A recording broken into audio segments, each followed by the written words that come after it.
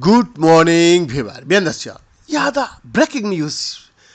The French government has declared a state of emergency in its South Pacific Island territory of New Caledonia after deadly violence erupted for a third day Wednesday with armed clashes between protesters, militias and police, and buildings and cars set on fire in the capital.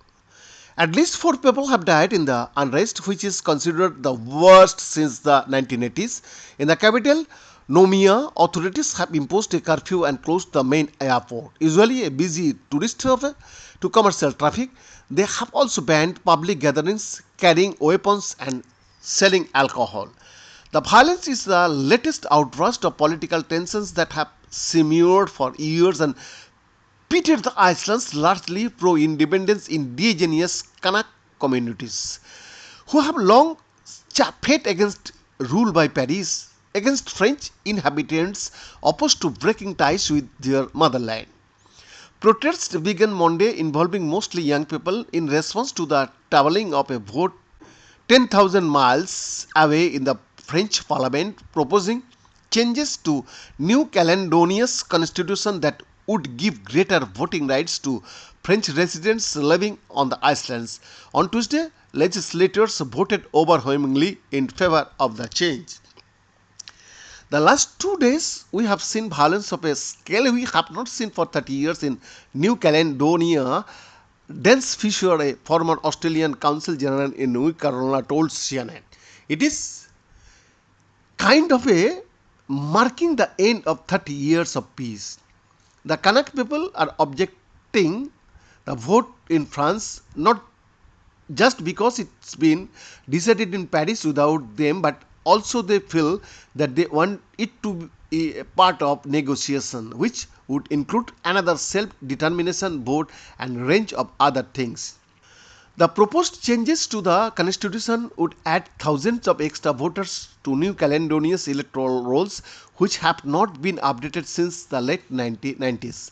Pro-independence groups say the changes are an attempt by France to consolidate its rule over the archipelago.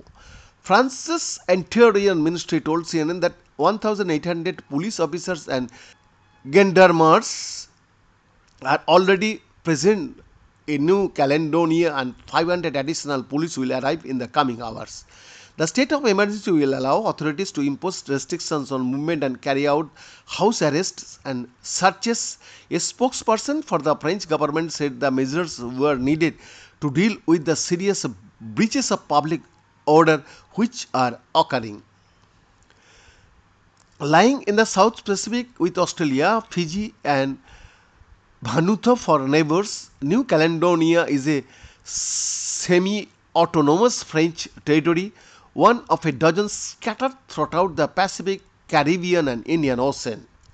French President Emmanuel Macron called for calm, issuing a letter Wednesday to New Caledonian political leaders urging them to unambiguously condemn all this violence and inviting both pro and anti-independence leaders to meet him face to face in Paris.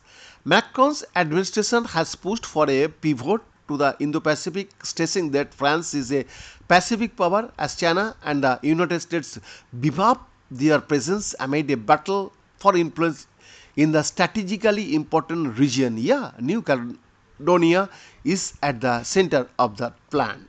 Bien, the exclusive report.